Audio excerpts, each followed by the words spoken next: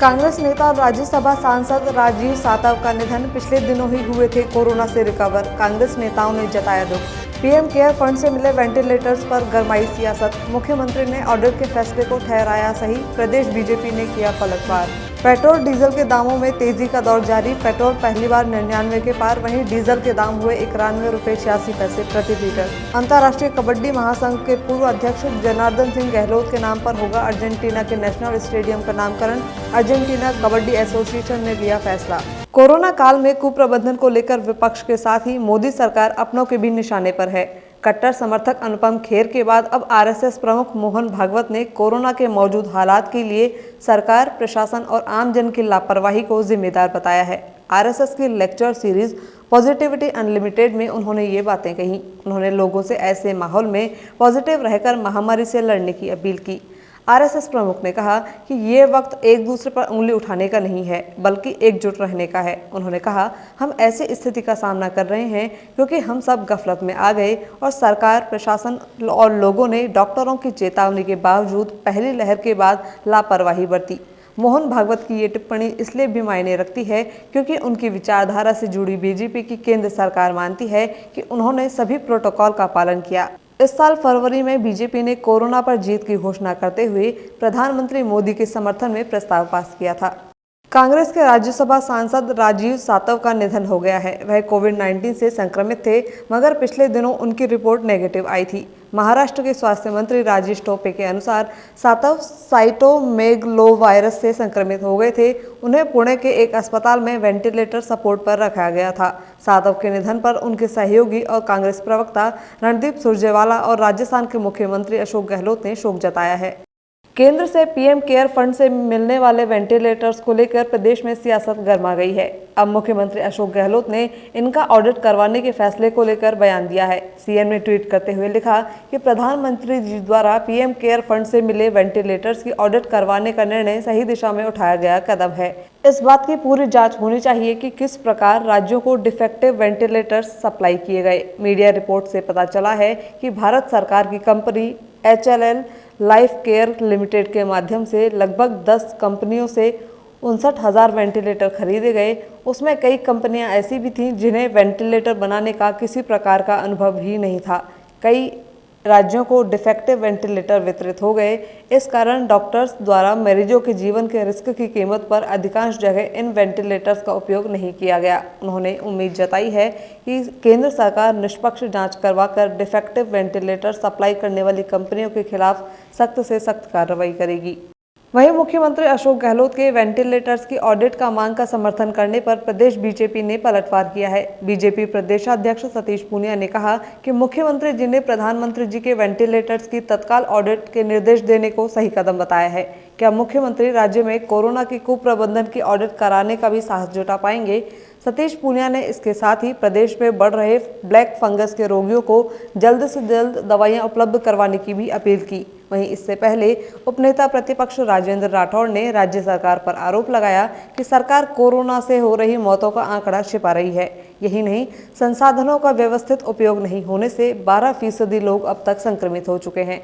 राठौड़ ने राज्य सरकार को पीएम केयर फंड से मिले वेंटिलेटर्स के मुद्दे पर भी घेरा। उन्होंने कहा कि वेंटिलेटर्स की शिकायत केवल कांग्रेस शासित राज्यों से ही मिल रही है। इसके साथ ही राठौड़ ने यह भी आरोप लगाया कि राज्य सरकार सफलतम भामाशाह योजना को बंद कर चिरंजीवी योजना लेकर आई है, जो कि फ्लॉप साबित हो रही है। प्रदेश में 18 से 45 आयु वर्ग के लोगों के निःशुल्क टीकाकरण के लिए मुख्यमंत्री अशोक गहलोत ने सभी से आर्थिक सहयोग की अपील की है। अब तक पक्ष विपक्ष के कई नेताओं, जनप्रतिनिधियों के नाम इस कड़ी में जुड़ चुके हैं। अब इसमें सिरोही से निर्दलीय विधायक संयम लोढ़ा का नाम भी जुड़ गया है। सिरोही विधायक ने जिले के 18 से 45 आयु वर्ग के 4,74,200 युवाओं को कोरोना वैक्सीन की निःशुल्क लगवाने के लिए विधायक कोष से 3 करोड़ रुपए की अनुशंसा की है। इस बात की जानकारी विधायक संयम लोढ़ा ने ट्वीट करके दी। बता दें, केंद्र सरकार ने 18 से 45 आयु वर्ग के लोगों का निःशुल्क टीकाकरण का फैसला राज्य सरकारों पर छोड़ दिया है। ऐसे में कोरोना काल में वित्तीय संकट से जूझ रही राज्य सरकार पर पड़ने वाले अतिरिक्त वित्तीय भार को कम किया जा सके, इसे देखते हुए ये फैसला लिया गया है। तेल की कीमतों में आंशिक तेजी का दौर जारी है। ये तेजी भले ही आंशिक तौर पर आ रही है, लेकिन आम आदमी की कोरोना काल में जान निकाल रही है। आज जयपुर में पेट्रोल के दाम 99 रुपये 2 पैसे प्रति लीटर, जबकि डीजल के दाम 91 रुपये 86 पैसे प्रति लीटर पर पहुंच गए। यह भी तब है जब अंतर्राष्ट्रीय बाजार में कच्चे तेल की कीमतें $71 प्रति बैरल से घटकर $63 प्रति बैरल पर पहुंच गई हैं। जानकारी के मुताबिक 13 दिनों में पेट्रोल के दामों में ₹2.25 और डीजल के दामों में ₹2.66 की तेजी आ चुकी है, जबकि पेट्रोल पहली बार 99 रुपये के पार पहुंच गया है। सीकर जिले की ग्राम पंचायत दांता क्षेत्र में चल रहे सार्वजनिक चौक में निर्माण कार्य को ग्रामीणों ने रुकवाने की मांग की।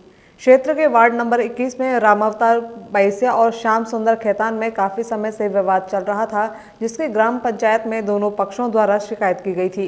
शिकायत के बाद ग्राम पंचायत ने 23 मार्च 2021 को दोनों पक्षों को विवादित स्थान पर निर्माण कार्य नहीं करने का नोटिस जारी किया था, लेकिन श्याम सुंदर खेतान ने ग्राम पंचायत के नोटिस के आदेश की धज्जियां उड़ाते हुए निर्माण कार्य शुरू कर दिया। इस पर रामावतार बैसिया ने उन्हें ग्राम पंचायत में शिकायत की और ग्राम पंचायत ने 14 मई को फिर से निर्माण कार्य बंद करने के लिए नोटिस जारी किया और उल्लंघन करने पर कानूनी कार्रवाई की चेतावनी दी। दूसरे नोटिस पर भी निर्माण कार्य नहीं रुकने पर नाराज मोहल्ले वासियों ने और दांता ग्राम पंचायत के वार्ड पंचों ने सरपंच विमला देवी के घर पर पहुंचकर निर्माण कार्य को रुकवाने की मांग की। इस पर उप सरपंच कैलाश चंद कुमावत और कई वार्ड पंच मौके पर पहुंचे और पंचायत द्वारा फैसला किए जाने तक निर्माण कार्य नहीं करने की हिदायत दी।